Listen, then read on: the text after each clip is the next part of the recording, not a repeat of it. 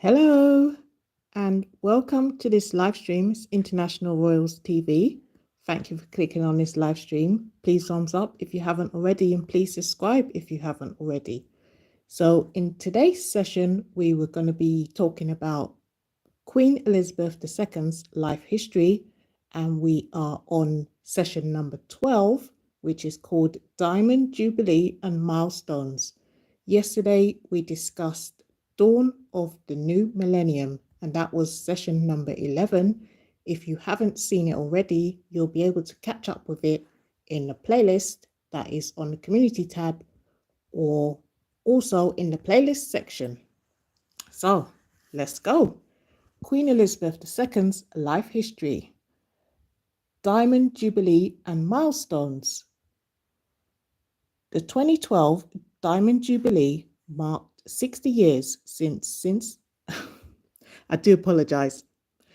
The 2012 Diamond Jubilee marked 60 years since Elizabeth's accession, and celebrities were held throughout her realms, the wider Commonwealth and beyond. She and her husband undertook an extensive tour of the United Kingdom, while her children and grandchildren embarked on royal tours of other Commonwealth states on her behalf. On 4th of June, Jubilee beacons were lit around the world. On 18th of December, the Queen became the first British sovereign to attend a peacetime cabinet meeting since George III in 1781.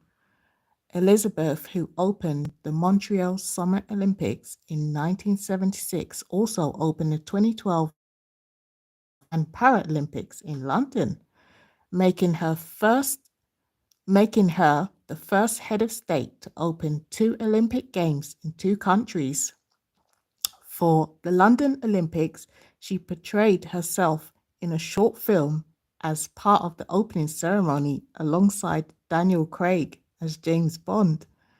Wow, I think I recall seeing that. Let me know in the comments section if you recall seeing that. On the 4th of April 2013, she received an honorary BAFTA award for her patronage of the film industry and was called the most memorable Bond girl yet at a special presentation at Windsor Castle. On 3rd of March 2013, the Queen stayed overnight at King Edward VIII's Hospital as a precaution after developing symptoms of gastronitis. A week later, she signed a new charter of the Commonwealth. In 2013, because of her age and the need for her to limit travelling, she chose not to attend the biennial. Forgive me if I didn't pronounce it correctly. I think it's biennial Commonwealth Heads of Government meeting for the first time in 40 years. She was represented at the summit in Sri Lanka by Prince Charles. On the 20th of April 2018, the Commonwealth Heads of Government announced that she would be succeeded as head of Commonwealth by her son, Charles, which the Queen stated as her sincere wish. Let's continue. She underwent cataract surgery in 2018. Oh, wow, never heard of that. In March 2019, she gave up driving on public roads largely as a consequence of a car accident involving her husband 2 months earlier. Oh, wow. Glad they were both all right. Glad he was all right. Let's continue. On the 21st of December 2007, Elizabeth surpassed her great-great-grandmother, Queen Victoria, to become the longest-lived British monarch, and she became the longest-reigning British monarch and longest-reigning queen, regnant, and female head of state in the world on 9th of September 2015. She became the oldest living monarch after the death of King Abdullah of Saudi Arabia on 23rd of January 2015.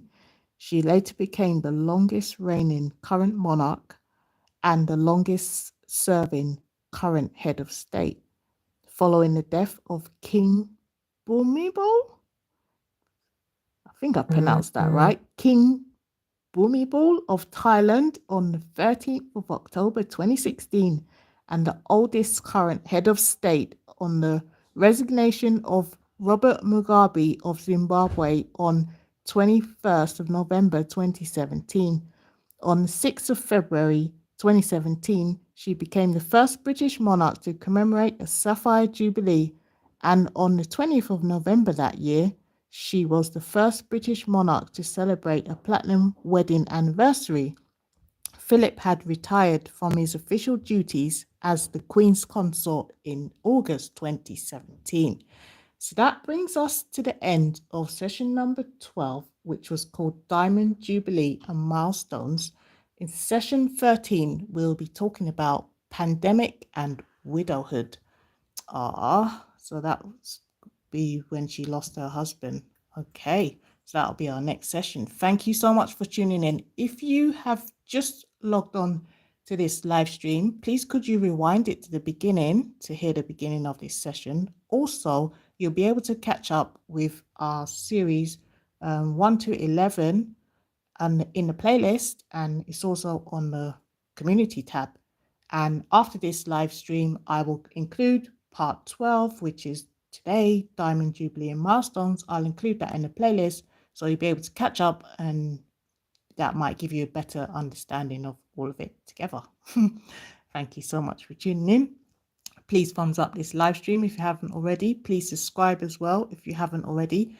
And we'll be back later on this evening to discuss session number 13, which will be called Pandemic and Widowhood in terms of Queen Elizabeth II's life history. Thank you so much, guys. Thanks for being here.